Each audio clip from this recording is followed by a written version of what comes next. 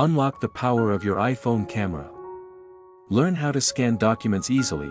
Briefly explain that we will guide the viewer through the process. Step 1. Use lock screen. Unlock your phone but don't exit the lock screen. Press and hold on the lock screen. Swipe through your wallpapers and select one to remove. Click Customize to see the wallpaper pair. Step 2. Swipe up and delete. Swipe up on the wallpaper you want to remove. Click the delete icon. Confirm by selecting Remove this wallpaper. One way to create a new wallpaper. Collection. Step 1. You will scroll through all your background images and you will see a blue wallpaper plus sign. Step 2. Select it. Step 3.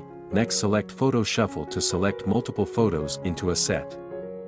Here you will be limited to the 50th photo, so, do you know how to change or choose a new wallpaper collection? Wish you have the most satisfactory set of wallpapers with sparkling beautiful photos. These photos will replace the fact that you are not there, but only your phone's background image. Thank you for watching and see you again on this channel with the next videos on technology tips topics.